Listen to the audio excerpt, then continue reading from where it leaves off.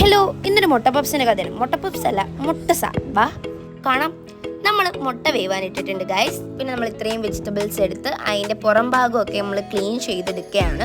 അപ്പോൾ നമ്മൾ വാഷ് ചെയ്ത് ക്ലീൻ ചെയ്തെടുത്തു. നമ്മൾ സവാള അതേപോലെ എടുത്തു. പിന്നെ നമ്മൾ സവാള രണ്ടായിട്ട് കില്ല് ചെയ്തു. പിന്നെ നമ്മളത് ഇങ്ങനെ കിരികിരിക്കിരാന്ന് അരിയാണ്. സവാള കിരികിരിക്കി അങ്ങനെയാണ് നമ്മൾ അരിയുന്നത്. അങ്ങനെ നമ്മളത് ചോപ്പ് ചെയ്തുകൊണ്ടിരിക്കുകയാണ്.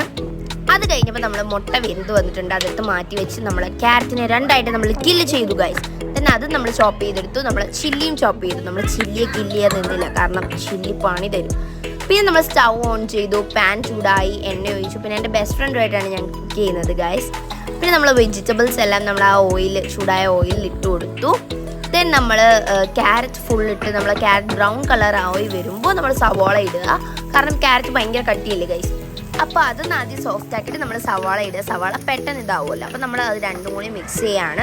പിന്നെ നമ്മൾ ഗാർലിക് കുട്ടനെ ഇടാൻ മറന്നുപോയി. അങ്ങനെ നമ്മൾ ഗാർലിക്കും കൂടി ഇട്ടു. പിന്നെ നമ്മൾ കട്ട് ചെയ്ത് വെച്ച് ചില്ലി ഇട്ടു. നല്ല പോലെ മിക്സ് ചെയ്തു. പിന്നെ സോൾട്ട് ഇട്ടു, ഉപ്പിട്ടു.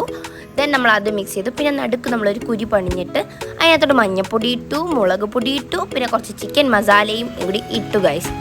ദെൻ നമ്മളത് മിക്സ് ചെയ്തു. പിന്നെ കുറച്ച് ക്യാപ്സിക്കം കൂടി ഇട്ടു. ക്യാപ്സിക്കം നല്ലപോലെ ചോപ്പ് ചെയ്തിട്ട് നമ്മൾ അതും കൂടി ഇട്ടു ഗൈസ്. ദെൻ നമ്മൾ അത് മിക്സ് ചെയ്തിട്ട് നമ്മൾ സോസ് ഒഴിച്ചു കൊടുത്തു. ദെൻ നമ്മൾ നല്ല പോലെ മിക്സ് ചെയ്തു. ഞാൻ അവിടെ ക്ലീൻ ചെയ്യാണ് ഗൈസ്. പിന്നെ നമ്മൾ മുട്ടയൊക്കെ അരിഞ്ഞെടുത്തു. നമ്മൾ മുട്ട രണ്ടായിട്ട് സ്ലൈസ് ചെയ്തിട്ട് നമ്മുടെ സമൂസ ഷീറ്റാണ് ഇതിൽ താരം. നമ്മൾ സമൂസ ഷീറ്റ് എടുത്ത് പ്ലസ് പോലെ വെച്ചിട്ട് നമ്മൾ അതിൻ്റെ നടുക്ക് കുറച്ച് മിക്സ് വെച്ച് കൊടുത്തിട്ട് നമ്മൾ ഒരു സ്ലൈസ് ഓഫ് എഗ്ഗ് നമ്മൾ വെച്ചു. പിന്നെ അത് ക്രോസ് ആയിട്ട് ഇങ്ങനെ ഫോൾഡ് ചെയ്യുക. ആദ്യം ആ ഭാഗം ഒന്ന് ക്ലോസ് ഞാൻ ചെയ്യുന്ന പോലെ ചെയ്യുക. ഇത് നമ്മൾ മുട്ട വിളിക്കാൻ കാരണം ഇത് മുട്ടയും പിന്നെ സമൂസയുടെ സായുമാണ്.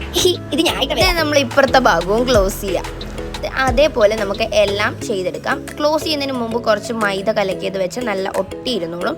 പിന്നെ നമ്മൾ ഫ്രൈ ചെയ്യുമ്പോഴൊന്നും ഇളവ് വരില്ല. അപ്പോൾ നമ്മൾ അതേപോലെ എല്ലാം ചെയ്തെടുക്കുകയാണ് ഗൈസ്. അപ്പോൾ ഓക്കെ ഗൈസ്, എല്ലാം ചെയ്തെടുത്തു. 1 2 3 4 5 6 7 8 9 10 എണ്ണവും നമ്മൾ ചെയ്തെടുത്തു ഗൈസ്. ഇനി നമുക്കിത് ഫ്രൈ ചെയ്യാം. അതിനെ നമ്മൾ സ്റ്റൗ ഓൺ ചെയ്തു. പാൻ വെച്ചു. പാൻ ചൂടായി വരുന്ന ടൈമിൽ നമ്മൾ ഓയിൽ ഒഴിച്ചു. ഓയിൽ ചൂടായി വന്നപ്പോൾ നമ്മൾ ഓരോന്നായി നമ്മൾ വെച്ച് തുടക്കാൻ തുടങ്ങി. ആദ്യം ഞാൻ ഒരെണ്ണം വെച്ചു. എന്നിട്ട് നമ്മൾ അത് നല്ലപോലെ ഫ്രൈ ചെയ്തു. അതേപോലെ നമുക്ക് എല്ലാം ഫ്രൈ ചെയ്തെടുക്കാം ഗൈസ്. അപ്പോൾ നമ്മൾ ആ ഓയിൽ നല്ല പോലെ ഇതാക്കി എടുത്തിട്ടുണ്ട്. നമ്മൾ മൊത്തം ചെയ്തെടുത്തിട്ടുണ്ട് ഗായ്സ്. കണ്ടോ ഗായ്സ്, നല്ല ടേസ്റ്റ് ഉള്ള ഒരു സാധനമാണ്. നിങ്ങൾ ക്രിസ്പിനെസ് കാണും. നല്ല ടേസ്റ്റിയാണ് ഗൈസ് ഈ സാധനം. ഈവനിങ്ങിനൊക്കെ ചായയോടെയും എല്ലാത്തിൻ്റെയും കൂടെ കഴിക്കാനൊരു ബെസ്റ്റ് സ്നാക്ക് തന്നെയാണ്. കണ്ടില്ലേ, റിസൾട്ട് കണ്ടില്ലേ? അബാബില്ലായിരുന്നു ഗൈസ്, മാമിയുടെ വീട്ടിലായിരുന്നു. അപ്പോൾ എല്ലാവരും സബ്സ്ക്രൈബ് ചെയ്യുക, ലൈക്ക് ചെയ്യുക, ഷെയർ ചെയ്യുക. അപ്പോൾ ബൈ.